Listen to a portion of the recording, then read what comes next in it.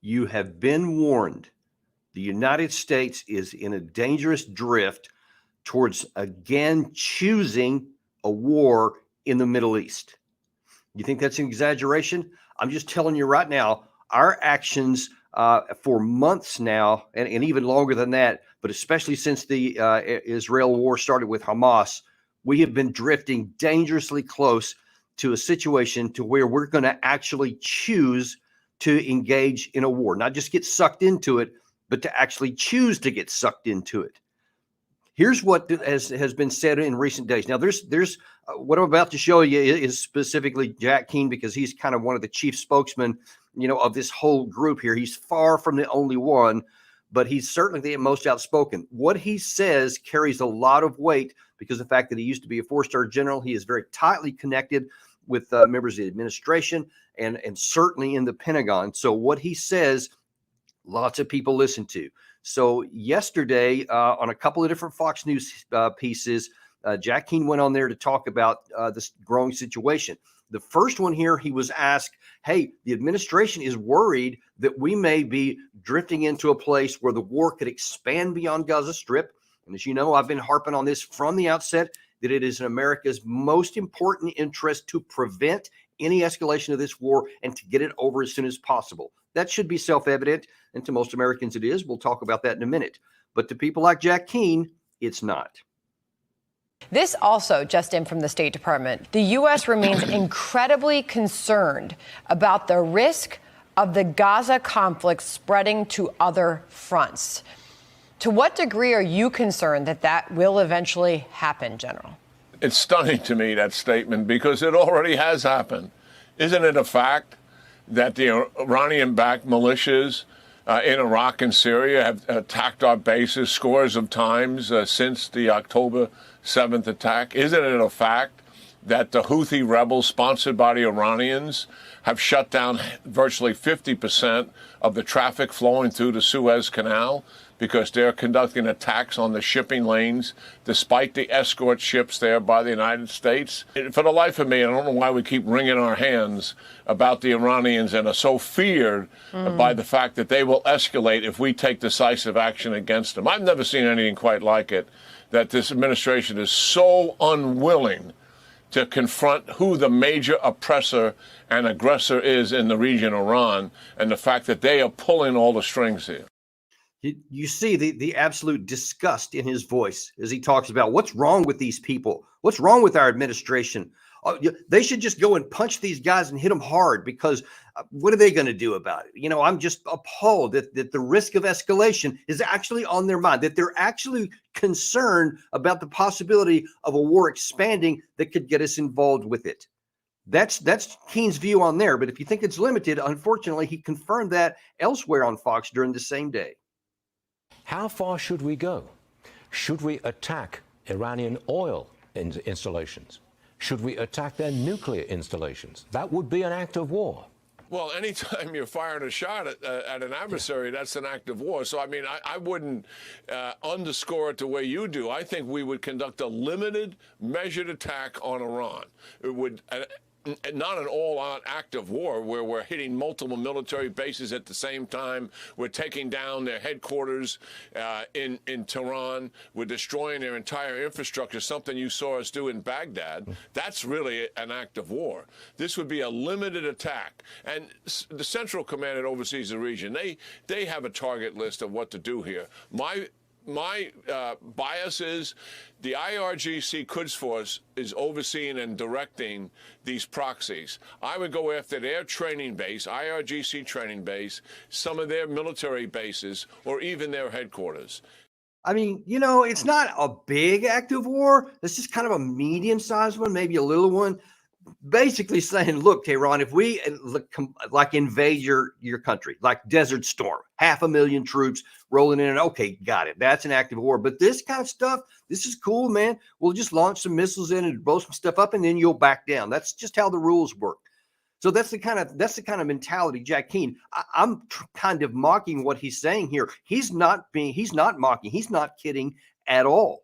He actually is saying that. And again, folks, I'll reiterate here.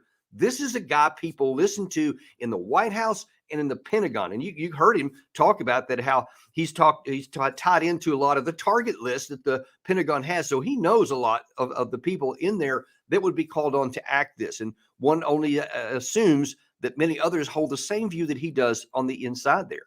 Now, to its credit, the White House is worried about it and is concerned, but even their mentality raises a big red flag to me. In Politico yesterday, there was an article that was talking about this very issue there, in which the authors write, however, there are signs that the administration is worried about these threats increasing in the region. In the aftermath of the attack on Iran on Wednesday, officials across the administration, from the Pentagon to the State Department to the intelligence agencies, began assessing how Iran or its proxies in the Middle East could directly target U.S. or its allies in the region.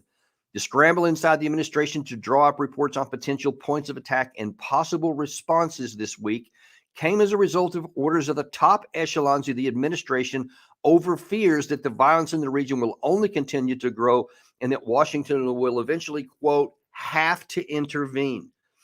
Look, folks, we don't have to intervene. There is nothing that says that we have to intervene. And this is a fundamental issue that I want to address right here. And I think it's crucial that we talk about this for a second. Why should the United States go to war? And just in general terms, under what conditions should America go to war? Is it to achieve preferred policy outcomes? Is it only if you're attacked, like Pearl Harbor style? Is there something else in between? What is the reason you should go to war? Now, I'm not saying what have we done. I'm saying what should we do? What we have done is pretty self-evident.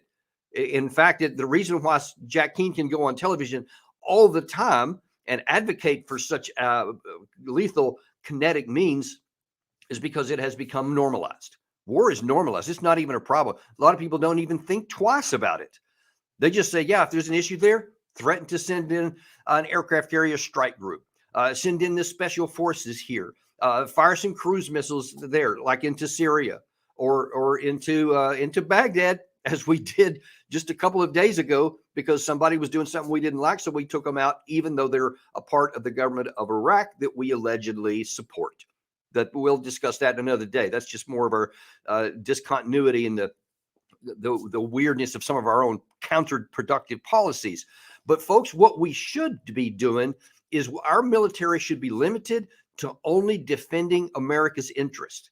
War should be the absolute last resort, and that only used if our physical lives are in danger, or if someone is looming an attack, someone is just about to attack us.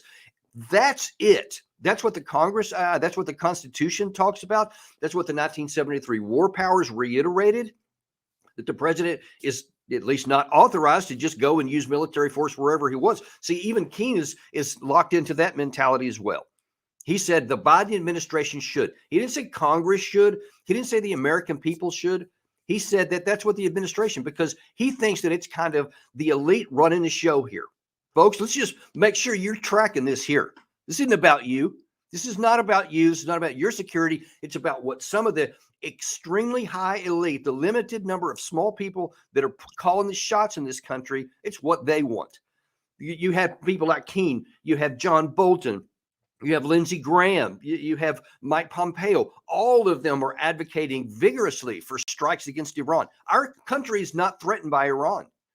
They're a small midland power. I think their total defense budget's 12, 14, 15 billion, something like that.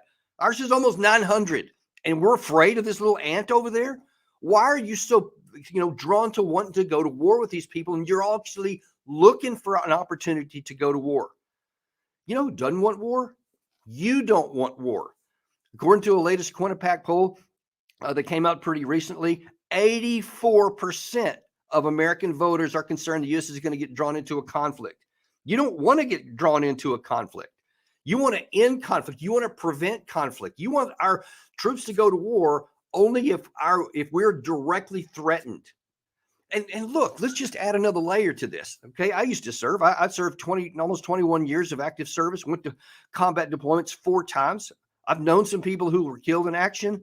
I mean, who doesn't in the world today? If you were served, you're almost certainly going to know people who were killed in action.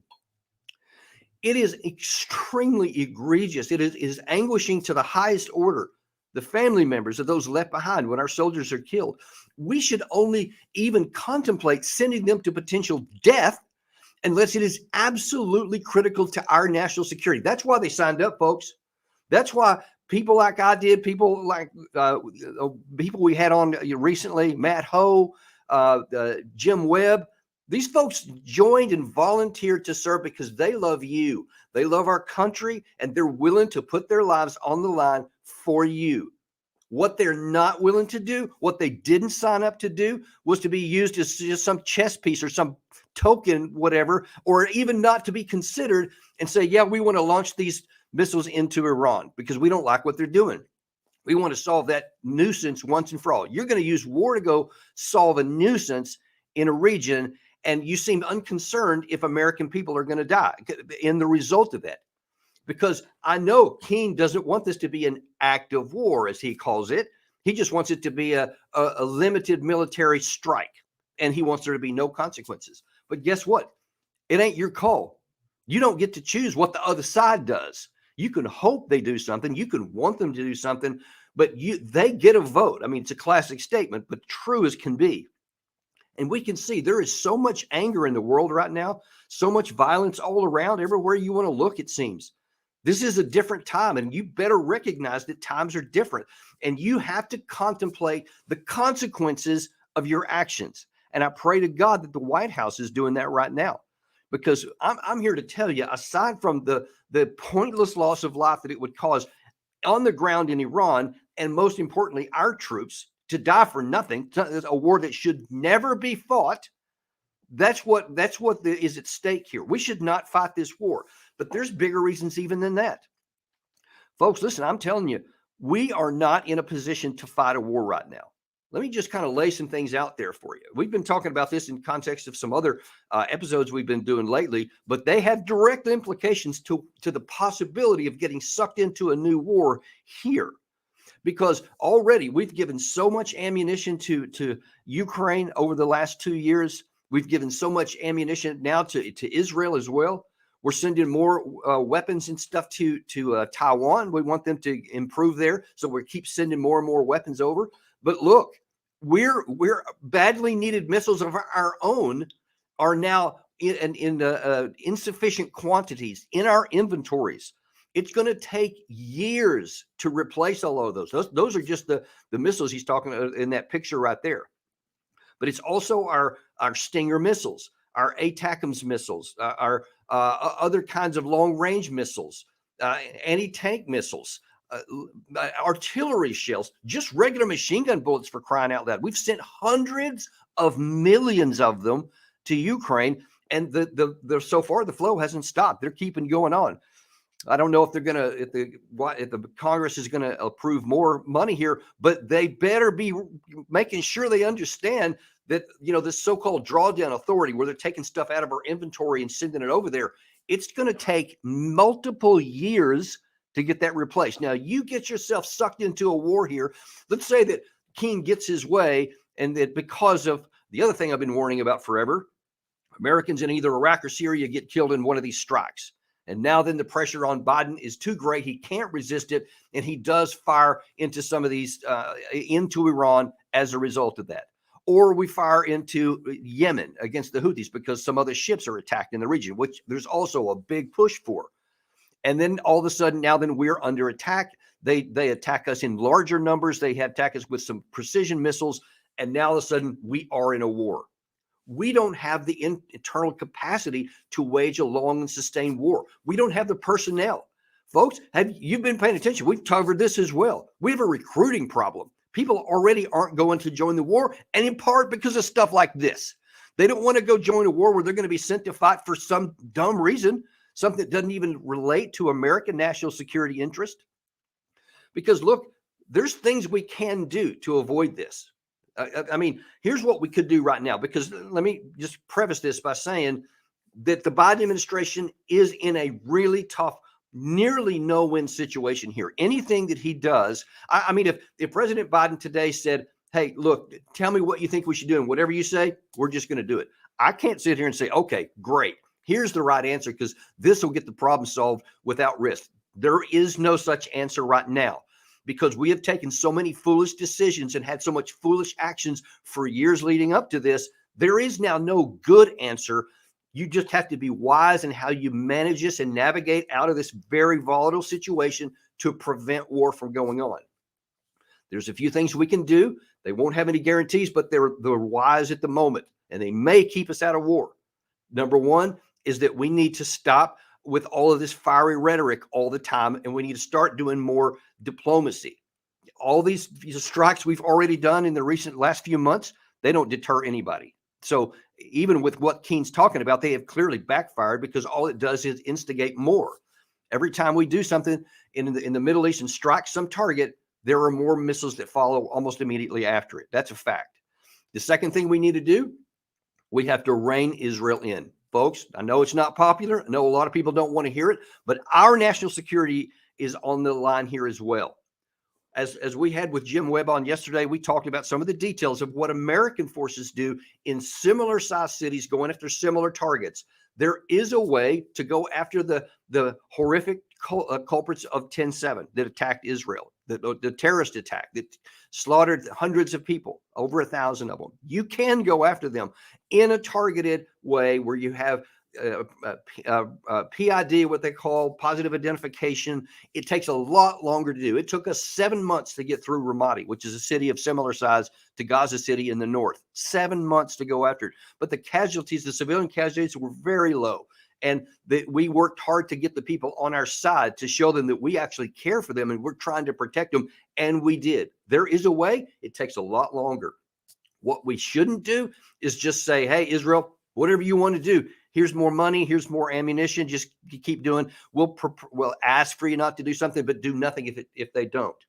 It's time for us to say, nope, we're going to hold you to the same standard that we hold our own troops to. Okay, we're not trying to be mean to Israel. We're saying, hey, the same standards we hold our troops to, we're holding you to.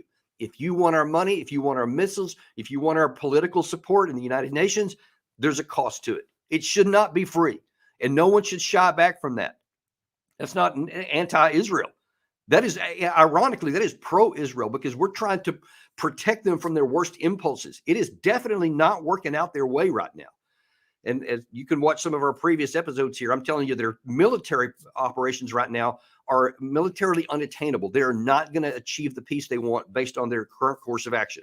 It's a separate issue. But that's also Israel's issue. They have the call to make on that.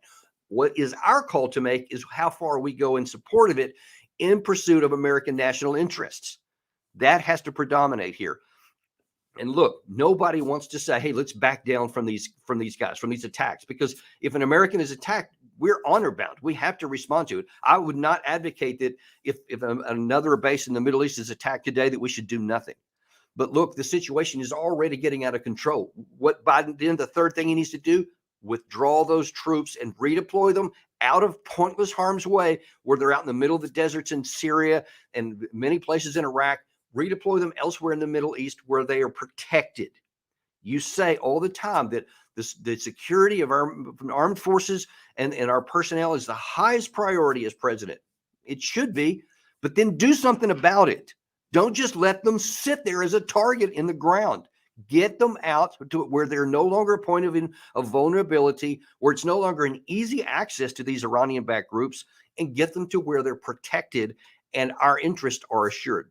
Now, nobody wants to do that. You know why? Because we love to be tough all the time and only.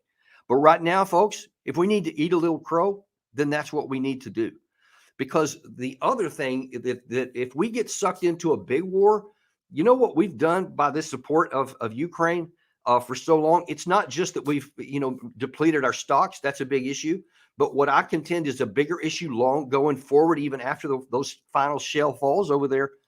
We have basically handed Moscow an actual laboratory to figure out how to defeat America's military force. You realize that?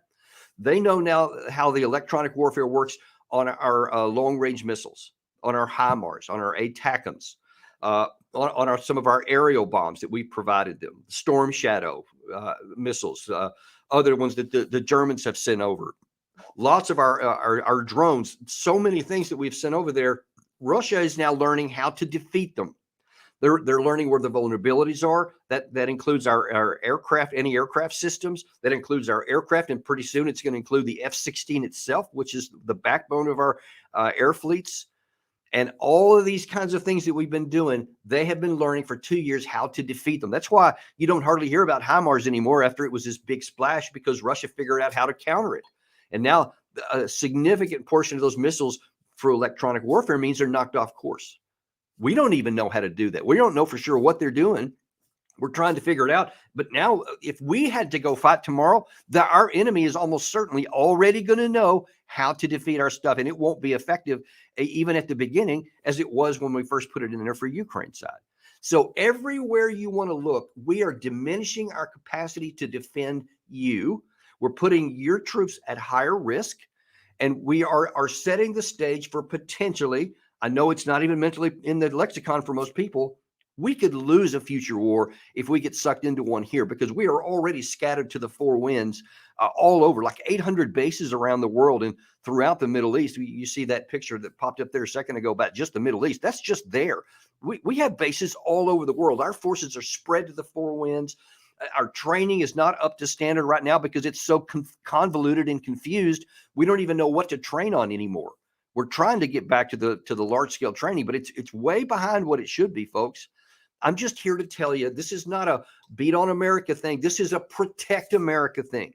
We are not ready for war. And if you think that we may go to war someday with China over Taiwan, or if things go bad in Europe with Russia, if you think that's going to happen in the future, you should be the first one to say, let's cut our losses here. Let's get this war over with. Let's get the Ukraine war over with as soon as possible and start the process of actually returning our armed forces to a strong position.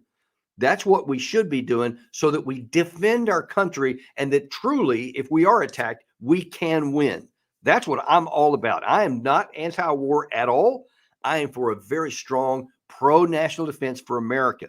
But that means that we have to be wise about what we do. We can't actually be eager to get into a war.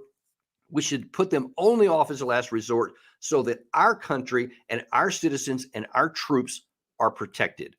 That's what we should be doing, not being eager to go into a war. And that's your deep dive for today.